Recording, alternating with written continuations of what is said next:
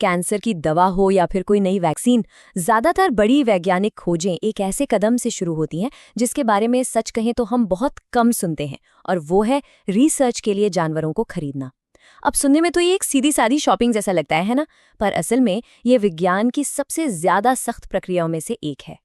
जी हाँ, ये अनगिनत साइंटिफिक ब्रेकथ्रूज का कह सकते हैं पहला कदम है। लेकिन सवाल तो यही उठता है कि आखिर जानवरों को एक लैब में लाने का काम इतना पेचीदा और इतने कड़े नियमों से बंधा हुआ क्यों है? आखिर ऐसा क्या है इसमें? चलिए आज इसी के पीछे के नियमों और वजहों की तह तक चलते हैं। तो सबसे पहले और सबसे जरूरी बात, हमें ये समझना होगा कि ये सिर्फ कोई खरीदारी नहीं है। बिल्कुल नहीं। ये किसी भी प्री क्लिनिकल स्टडी की, आप कह सकते हैं, बुनियाद है। देखिए, जब रिसर्च के लिए जानवरों को हासिल करने की बात आती है ना, तो यहाँ तीन बहुत जरूरी चीजों के बीच एक बैलेंस बनाना पड़ता है। एक तरफ है विज्ञान की प्रामाणिकता, मतलब रिसर्च वैलिड हो। दूसरी तरफ है जानवरों का कल्याण, उनकी देखभाल। और तीसरी तरफ है कड़े कानूनी नियम। और इनमें से किसी एक में भी जरा सी भी चूक हुई तो समझ लीजिए पूरा का पूरा रिसर्च खतरे में पड़ सकता है। तो ये सिर्फ एक सौदा नहीं है, ये एक बहुत बड़ी जिम्मेदारी है। तो फिर सवाल ये है कि इस पूरी प्रक्रिया को गाइड क्या करता है? कौन से सिद्धांत हैं इसके पीछे? इन्हें हम रिसर्च का एक नैतिक कंपास भी कह सकते हैं, जो सही दिशा दिखाता है। इस नैतिक फ्रेमवर्क के बिल्कुल सेंटर में है 3 Rs का सिद्धांत। ये सिद्धांत असल में वैज्ञानिकों से 3 सीधे सीधे सवाल पूछता है। पहला आर है रिप्लेसमेंट, मतलब क्या जानवरों की जगह किसी और चीज का इस्तेमाल हो सकता है, जैसे कोई कंप्यूटर मॉडल या सेल कल्चर।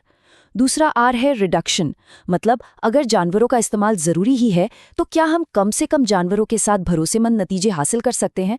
और तीसरा आर है रिफाइनमेंट, इसका मतलब है हम जानवरों के तनाव और उनकी तकलीफ को कम से कम कैसे कर सकते हैं। अच्छा, इन 3 Rs के साथ साथ 4 और मजबूत स्तंभ हैं जो इस पूरी प्रक्रिया को थामे हुए हैं। पहला, पूरी की पूरी प्रक्रिया कानूनी होनी चाहिए, हर नियम का पालन होना चाहिए। दूसरा, रिसर्च में जानवरों की जरूरत क्यों है, इसके लिए मजबूत तथ्य और सबूत देने पड़ते हैं। तीसरा, कौन सी प्रजाति या स्ट्रेन का इस्तेमाल होगा, इसका फैसला पूरी तरह वैज्ञानिक आधार पे होता है, अपनी मर्जी से नहीं। और हाँ, सबसे जरूरी बात, जानवरों का स्वास्थ्य और कल्याण, वो हमेशा हमेशा पहली प्राथमिकता होती है। ठीक है, तो सिद्धांत तो समझ आ गए, लेकिन असल में प्रोसेस शुरू कैसे होता है? इसकी शुरुआत होती है एक मंजूरी से, एक ग्रीन लाइट से। और इस मंजूरी में निगरानी का एक बहुत ही बड़ा रोल है। बात सीधी सी है, कोई भी जानवर खरीदने से पहले एक ऑफिशियल निगरानी कमेटी से मंजूरी लेना ही लेना है। ये एकदम जरूरी है। समझ लीजिए ये एक ऐसा चेक पॉइंट है जिसे कोई भी पार नहीं कर सकता, मतलब इसे टाला नहीं जा सकता। और ये गेटकीपर कौन है? ये है IACUC, यानी institutional animal care and use committee. आप इसे एक तरह से विज्ञान की नैतिक पुलिस समझ सकते हैं। ये कमेटी हर स्टडी को बहुत बारीकी से देखती है, उसकी पूरी जांच पड़ताल करती है। ये पक्का करती है कि स्टडी वाकई जरूरी है, उसके पीछे का तर्क मजबूत है और उसकी प्लानिंग बिल्कुल सही है। जब तक ये कमेटी हरी झंडी ना दे, एक भी जानवर रिसर्च के लिए नहीं लाया जा सकता। अच्छा, तो जब एक बार मंजूरी मिल जाती है, उसके बाद जानवर को उसके सोर्स से रिसर्च फैसिलिटी तक लाने का असली सफर शुरू होता है। चलिए देखते हैं कि ये रास्ता कैसा होता है। ये पूरा सफर आप कह सकते हैं 5 पड़ावों से होकर गुजरता है। सबसे पहले तो मंजूरी मिल गई, उसके बाद एक सही और अप्रूव्ड सोर्स चुनना होता है। फिर ये पक्का करना होता है कि लैब जहां जानवर रहेंगे वो पूरी तरह से तैयार है या नहीं। इसके बाद जानवरों के सेफ ट्रांसपोर्ट और क्वारंटीन का इंतजाम किया जाता है। और आखिर में इस पूरी प्रक्रिया के हर एक कदम का बहुत ही बारीकी से रिकॉर्ड मेंटेन किया जाता है। तो ये जानवर आते कहाँ से हैं? देखिए, इसके मुख्य रूप से 2 सोर्स होते हैं। एक तो हैं लाइसेंस्ड ब्रीडर्स और कमर्शियल सप्लायर्स, ये मान्यता प्राप्त बाहरी सोर्स होते हैं। और दूसरे होते हैं इन हाउस ब्रीडिंग कॉलोनीज, मतलब संस्था के अंदर ही जानवरों की ब्रीडिंग कराई जाती है और उन्हें बहुत सावधानी से मैनेज किया जाता है ताकि उनकी जेनेटिक शुद्धता बनी रहे और आगे की जरूरतों को भी पूरा किया जा सके। लेकिन कुछ खास मामले भी होते हैं, जैसे मान लीजिए जानवर विदेश से मंगवाने हो या फिर किसी को जंगल से पकड़ा गया हो।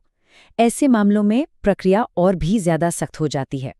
इसके लिए अलग से स्पेशल अप्रूवल और बहुत सारे डॉक्यूमेंटेशन की जरूरत पड़ती है, मतलब नियम यहाँ और भी कड़े हो जाते हैं। अब यहाँ एक बहुत ही दिलचस्प और ज़रूरी बात है। सारी तैयारी जानवरों के आने से पहले ही पूरी हो जानी चाहिए। मेरा मतलब है, सब कुछ रेडी होना चाहिए। सही इंफ्रास्ट्रक्चर, ट्रेन्ड स्टाफ, सारी व्यवस्थाएं, सब कुछ पहले से ही अपनी जगह पर होना चाहिए। ये सिर्फ इंतजाम की बात नहीं है, ये जानवरों के कल्याण और रिसर्च की क्वालिटी से सीधा सीधा जुड़ा हुआ एक बहुत ही ज़रूरी पहलू है। तो इस तैयारी का मतलब क्या है आखिर? इसका मतलब है कि जिस प्रजाति के जानवर आ रहे हैं उनके लिए बिल्कुल सही माहौल हो, उनकी देखभाल के लिए ट्रेन्ड लोग मौजूद हों, उनके हेल्थ पर नज़र रखने का एक पूरा सिस्टम हो, और हाँ, क्वारंटाइन और उन्हें नए माहौल में ढालने की पूरी प्लानिंग पहले से बनी हो। मतलब कुछ भी ऑन द स्पॉट तय नहीं होता, सब कुछ पहले से प्लान किया जाता है।